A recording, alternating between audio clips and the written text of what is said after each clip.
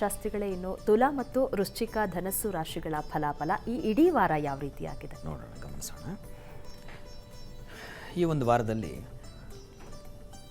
ತುಲಾ ರಾಶಿಯವರಿಗೆ ಚಂದ್ರನ ಸಂಚಾರ ತುಂಬ ಚೆನ್ನಾಗಿದೆ.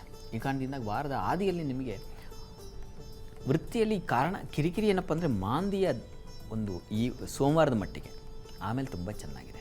ಯಾಕಪ್ಪ ಅಂದರೆ ಚಂದ್ರನ ಸಂಚಾರ ಇದೆಯಲ್ಲ, ಅದು ಭಾಗ್ಯದಿಂದ ಕರ್ಮಸ್ಥಾನಕ್ಕೆ ಬರ್ತಾ ಇರ್ತಕ್ಕಂಥ ಚಂದ್ರ. ಹೀಗಾಗಿ ಹೆಚ್ಚಿನ ಶುಭ ಫಲ ಕಾಣಲಿಕ್ಕೆ ಅವಕಾಶ ಇದೆ.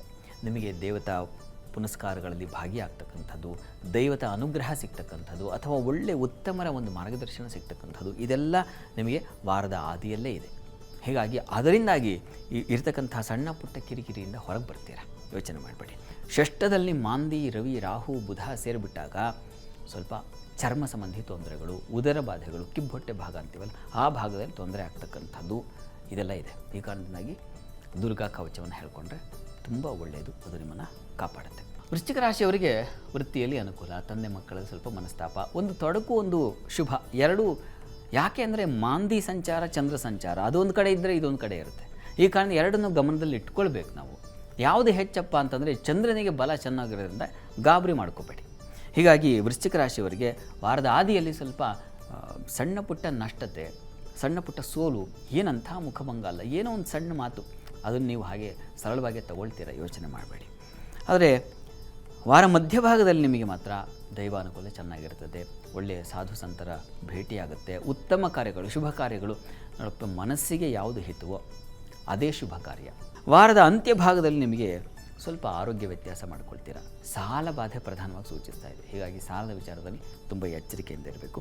ಆದರೆ ವೃತ್ತಿ ಕೆಲಸದ ಮಟ್ಟಿಗೆ ಮಾತ್ರ ತೊಡಕೆ ಇಲ್ಲ. ನಿಮಗೆ ಕೆಲಸಗಳು ಮಾತ್ರ ಸುಲಭವಾಗಿ ಸುಲಲಿತವಾಗಿ ಸಾಗ್ತಾ ಇರುತ್ತೆ, ಯಾವುದೇ ಇರಿಟೇಷನ್ ಇಲ್ಲದೆ ಚೆನ್ನಾಗಿರುತ್ತೆ. ಅದೇ ಬಹಳ ಮುಖ್ಯ ವೃತ್ತಿ. ಯಾಕೆಂದರೆ ಅಲ್ಲೇ ಹೆಚ್ಚು ಸಮಯ ಕಳೀತಕ್ಕಂಥದ್ದು ನೀವು, ಒಂದು ಕೆಲಸದಲ್ಲಿ ಇಲ್ಲ ವ್ಯಾಪಾರ ಸ್ಥಳದಲ್ಲಿ. ಹೀಗಾಗಿ ಅಲ್ಲೇ ಚೆನ್ನಾಗಿರಬೇಕು. ಈ ಕಾರಣದಿಂದ ಈ ಒಂದು ಇಡೀ ವಾರ ನಿಮಗೆ ಸ್ವಲ್ಪ ಬಾಧೆ ಆಗ್ತಕ್ಕಂಥದ್ದು ಅಂದರೆ ಆರೋಗ್ಯ. ಹೀಗಾಗಿ ಈ ಸುಬ್ರಹ್ಮಣ್ಯ ಕವಚವನ್ನು ಹೇಳ್ಕೊಂಡ್ರೆ ಬಹಳ ಒಳ್ಳೆಯದು.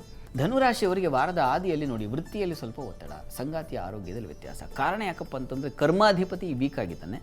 ಎರಡನೇದು ಚಂದ್ರ ಅಷ್ಟಮಾಧಿಪತಿ, ಅವನು ಸಪ್ತಮಕ್ಕೆ ಬಂದಿದ್ದಾನೆ. ಹೀಗಾಗಿ ಸಂಗಾತಿಯ ಆರೋಗ್ಯದಲ್ಲಿ ವ್ಯತ್ಯಾಸ ಆಗಬಹುದು, ಹುಷಾರಾಗಿರಬೇಕು. ಆದರೆ ಏನಂತ ಪ್ರಮಾದ ಅಲ್ಲ, ಸಣ್ಣ ಪುಟ್ಟ ತೊಡಕು. ಮಾಂದಿ ಕೂಡ ಅಲ್ಲಿ ಮಂಗಳವಾರದ ಮಟ್ಟಿಗೆ ಚಂದ್ರ ಮಾಂದಿಯರು ಒಟ್ಟಾಗ್ತಾರೆ. ಈ ಕಾರಣದಿಂದಾಗಿ ಮನಸ್ತಾಪಗಳು ಬರುತ್ತೆ. ಚಂದ್ರ ಮನಸ್ಸಿನ ಅಧಿಪತಿ ಅಲ್ವಾ, ಹೀಗಾಗಿ ಮನಸ್ಸಿಗೆ ಹರ್ಟಾಗುವಾಗೆ ಮಾತಾಡ್ಬಿಡೋದು. ವ್ಯಾಪಾರದಲ್ಲಷ್ಟೇ ಸಹೋದರಿ ಅಕ್ಕಪಕ್ಕ ಕೆಲಸ ಮಾಡ್ತಾ ಇರ್ತಕ್ಕ, ಅಥವಾ ಇನ್ಯಾರೋ ಗ್ರಾಹಕರ ಅವ್ರ ನಡುವೆ ಒಂದು ಜಗಳ ಶುರುವಾಗ್ಬಿಡುತ್ತೆ. ಇದೆಲ್ಲ ಇದೆ, ಸ್ವಲ್ಪ ಸಮಾಧಾನ ಬೇಕು. ಇನ್ನು ವಾರದ ಅಂತ್ಯಭಾಗದಲ್ಲಿ ನಿಮಗೆ ಆತ ಒಳ್ಳೆಯ ದೈವಾನುಕೂಲ, ತಂದೆ ಮಕ್ಕಳಲ್ಲಿ ಒಂದು ಸಾಮರಸ್ಯ, ಕಿತ್ತಾಟ ಇದ್ದರೆ ಅದೆಲ್ಲ ದೂರಾಗಿ ಒಂದು ನಿರಾಳತೆ ಇತ್ಯಾದಿ ಬರುತ್ತದೆ. ಸ್ವಲ್ಪ ಮಟ್ಟಿಗೆ ಪ್ರಯಾಣದಲ್ಲಿ ತೊಂದರೆಗಳು, ಉದರ ಭಾಗದಲ್ಲಿ ತೊಂದರೆ, ಮಕ್ಕಳ ವಿಚಾರದಲ್ಲಿ ಮನಸ್ತಾಪ.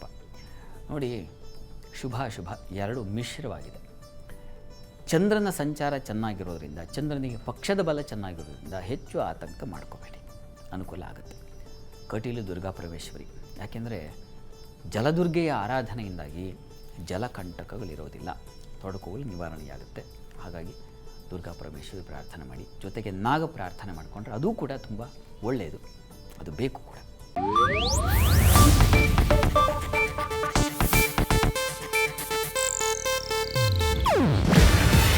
ಇದು ಏಷ್ಯಾನೆಟ್ ನ್ಯೂಸ್ ನೆಟ್ವರ್ಕ್ ಪ್ರಸ್ತುತಿ. ನೀವು ನೋಡ್ತಿದ್ದೀರಾ ಏಷ್ಯಾನೆಟ್ ಸುವರ್ಣ ನ್ಯೂಸ್.